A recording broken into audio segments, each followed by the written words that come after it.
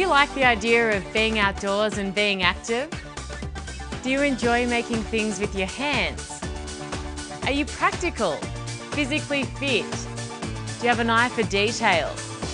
Do you like taking on challenges and solving problems? Then take a look at some of the many careers in the building and construction industry.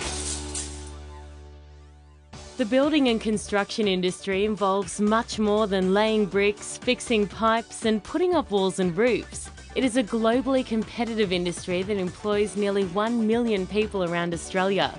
In the ACT, an estimated $27 billion worth of projects are scheduled for the next 10 years, providing some excellent opportunities for people wishing to enter the industry. The industry provides some great opportunities for women. A recent trend is that emerging technologies are leading to a higher demand for people with the right skills and qualifications to specialise in the new technologies. So let's look at some of the trades particularly suited to women. As we say, why should boys have all the fun? Carpenters construct, erect, install, finish and repair wooden and metal structures and fixtures on residential and commercial buildings. They may also work on large concrete, steel and timber structures such as bridges and civil engineering projects. Or they could work in creative areas such as cabinet and furniture making. Qualified carpenters are considered to be very adaptable and are valued for their ability to transfer their skills across materials and equipment. For carpentry, you need to be good at maths, have a sense of balance and be able to work at heights. Plumbers install, test and maintain pipes, fixtures, metal roofing, fittings, gas meters and regulators. They install equipment such as boilers, pumps, heating and cooling systems, natural gas appliances, water tanks and solar water heating. You need to like working independently and be able to work at heights and in various weather conditions.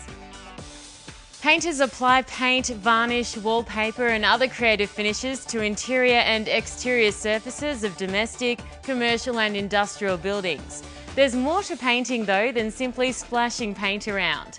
Painters work out the quantity of materials needed for the job by taking surface measurements or by looking at drawings. There's a creative side too. Painters select and prepare paints to match colours by the addition of tints and apply decorative paint finishes such as stencils, colour glaze, graining, marbling and lettering. Painters may work alone or as members of a team. They often work from ladders and scaffolding and do a lot of bending and stretching. Good hand-eye coordination, normal colour vision and a good sense of balance are all important for being a painter. Wall and floor tilers lay ceramic, clay, slate, marble, glass and other types of tiles on external and internal walls and floors to provide protective and decorative finishes. Much of the work is undertaken on new buildings, including houses, shops, offices, factories and swimming pools. But wall and floor tilers also work on the remodelling of existing buildings and homes. Most tilers work independently or in small teams and move frequently from one job location to another. For tiling, you need to be able to make calculations, work accurately and neatly, and at times in confined spaces. Tilers can also get a bit creative and are often asked for advice. Electricians are involved in every stage of the construction process, and this begins with installing temporary lighting and power to a new site, installing cables and fittings at the fit-out stage, and then labelling and testing at the very end of a job.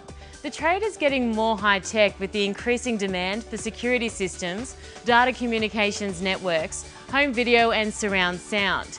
The industry is also getting into the more sophisticated building management systems area.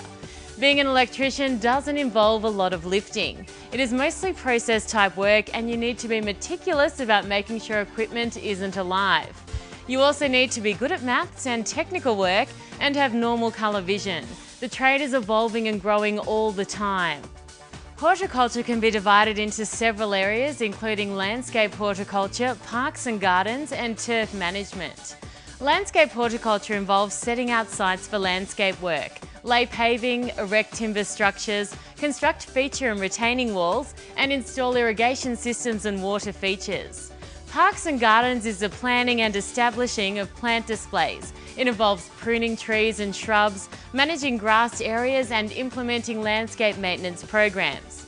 Turf management is the establishment, construction and maintenance of turf playing surfaces such as golf courses and bowling greens.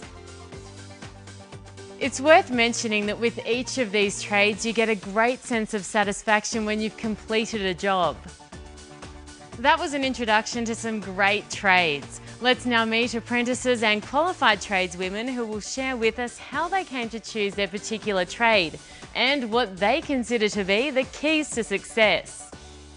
Rachel, you've been in the industry for 5 years now. What do you think is the one trick for doing well? Attitude is more important than physical strength. I think you've really got to have the motivation to want to learn. Are there any physical challenges in being female? There are no real disadvantages.